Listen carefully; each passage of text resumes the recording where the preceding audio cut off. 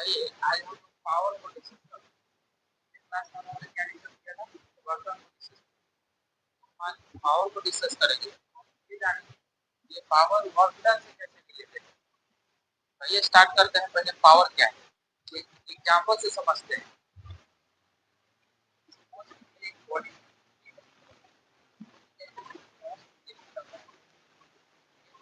Body यहाँ पे आ रही है, लग रहा है कि तो हाई है, इसका पोजीशन चेंज होगा।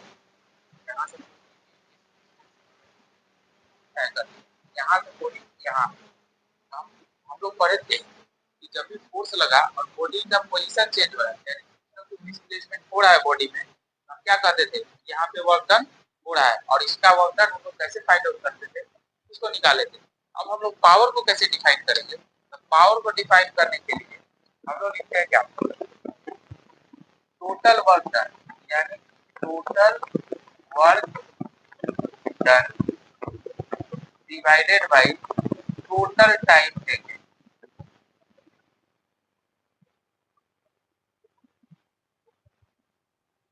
मतलब यहाँ से देखिए, इस फोर्स को, इस बॉडी को यहाँ से यहाँ तक लाने में कितना वर्क किया गया, यानी कि टोटल वर्क डन, और यहाँ से यहाँ तक आने में बॉडी ने कितना टाइम लिया, इसको बोलता है टोटल टाइम टेकन। इसी दोनों का रेशियो हमको क्या करता है? पावर देता है। अब समझिए, ये बेसिक और वेरी काफी फंडामेंटल फॉर्मूला है पावर को फाइंड आउट करने का। अब सपोज कीजिए, एक एग्जांपल से समझते हैं। यहाँ से यहाँ आने में सपोज कीजिए हमने 50 जूल का वर्क किया, इस फोर्स ने 50 जूल का वर्क किया, और यहाँ से यहाँ आने में कितना टाइम लिया? सपोज कीजिए 10 सेकेंड का टाइम, जीरो से जीरो किया। हम क्या लिख सकते हैं? 5 जूल, जूल 50 जूल और 10 सेकेंड, यानी कि जूल वर्क डन का ऐसा यूनिट और सेकेंड टाइम का ऐसा यूनिट। हम क्या लिख सकते हैं? पावर का ऐसा यूनिट क्या हो सकता है? 5 जूल पर सेकेंड, जूल पर सेकेंड, और इसी जूल पर सेकेंड को हम लोग वाट बोलते हैं। ठीक है, तो पावर का ऐसा यूनिट क्या हो गया? वाट हो गया। और इस केस में हम क्या बोलेंगे? 5 जूल पर सेकेंड के हिसाब से इस फोर्स ने इस पे वर्क किया, यानी कि हर सेकेंड कितना काम हो रहा है? 5 जूल का काम हो रहा है। तो पावर को ऐसे डिफाइन कर सकते हैं, it's a rate of doing a work. ये हमको एक्चुअली दे क्या रहा है? ये दे रहा है कि हम किस रेट से इस काम को कर रहे हैं, और उसी को हम लोग क्या बोलते हैं? पावर बोलते हैं। तो देखिए, ये फॉर्मूला जो है पावर का, आपका वेरी फंडामेंटल फॉर्मूला है। इसको हम वेलोसिटी के फॉर्म में भी लिख सकते हैं। वेलोसिटी के फॉर्म में कैसे लिखेंगे? तो देखिए, यहाँ है P equal to total work done divided by total time taken. Total work done का फॉर्मूला क्या होता है?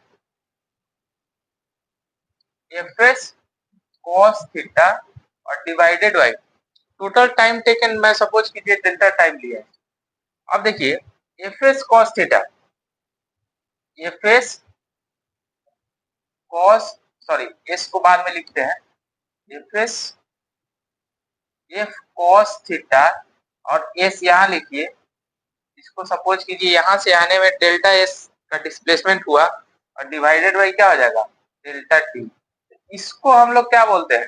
हम लोग मोशन में पढ़े थे, डेल्टा s बाई डेल्टा t इक्वल टू क्या होता है?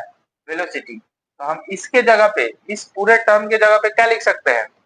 f cos थीटा और v, यानी कि इसको लिख सकते हैं एफ वी cos थीटा। यानी कि पावर का फॉर्मूला हमने किस में लिख दिया? वेलोसिटी के टर्म में लिख दिया। यानी कि फोर्स जितना लग रहा है और किस वेलोसिटी से ये बॉडी मूव कर रहा है, वो वेलोसिटी अगर पता है, और इस फोर्स और वेलोसिटी के बीच का एंगल हमको पता है, तो पावर हम इस फॉर्मूले से भी निकाल सकते हैं। और पावर का फंडामेंटल फॉर्मूला आप लोग जानते हैं, total work done by total time taken. अब देखिए, इस फॉर्मूले को हम एक और तरह से डिराइव कर सकते हैं। उसको समझिए कैसे हम लोग डिराइव करेंगे। इसको थोड़ा सा रब करते हैं।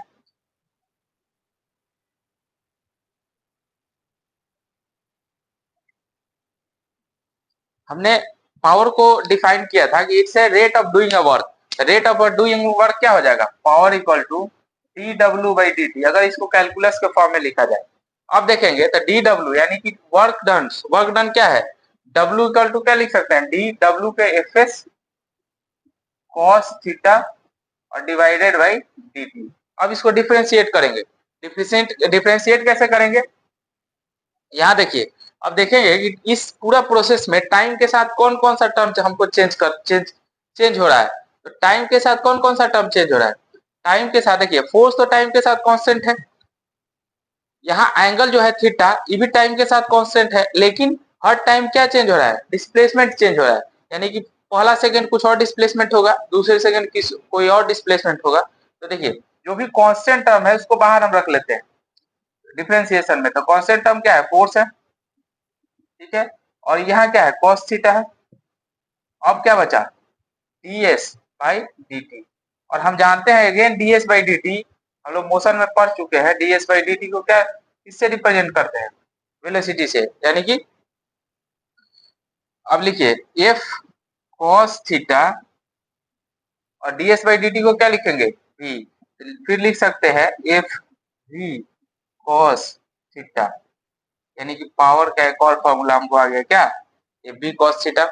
यहाँ भी हम सिंपल मेथड से उसको ड्राइव किए थे, यहाँ कैलकुलस मेथड से इसको ड्राइव कर दी। तो हमको दो फॉर्मूला मिला, एक फंडामेंटल फॉर्मूला मिला total work done by total time taken, किस रेट से कोई काम हो रहा है। और यहाँ हमको मिल गया क्या, वेलोसिटी के टर्म में, कि अगर इसके पास कितना वेलोसिटी अगर वो पता चल जाए और फोर्स पता चल जाए और दोनों के बीच का एंगल पता चल जाए तो हम डायरेक्टली पावर को फाइंड आउट कर सकते हैं। हमने पावर को डिस्कस कर लिया। पावर को एक बार फिर से देखिए, पावर हमेशा क्या होता है, rate of doing a work, हम कितना फास्ट किसी काम को कर रहे हैं। सपोज कीजिए एक एग्जांपल से समझते हैं। सपोज एक दीवार को खड़ा करने में एक आदमी पूरे पूरे दिन का टाइम ले रहा है, ठीक है। और उसी दीवार को खड़ा करने में एक दूसरा आदमी आधे दिन में कर दे रहा है। तो किसने कम टाइम लिया, जो दूसरा आदमी था। तो किसके पास पावर ज्यादा होगा, जो सेम दीवार को दूसरा आदमी आधे दिन में खत्म करे, इसका मतलब उसके पास पावर ज्यादा था। मतलब पावर एक्चुअली इंडिकेट करता है कि कितना फास्ट कोई काम हो रहा है या कोई काम किया जा रहा है। तो और पावर कैसे हम लोग फाइंड आउट करते हैं, आपने फॉर्मूला यहाँ देख ही लिया। अब इसके बाद हम लोग किसको डिस्कस करेंगे, इसके बाद हम लोग एनर्जी को डिस्कस करेंगे।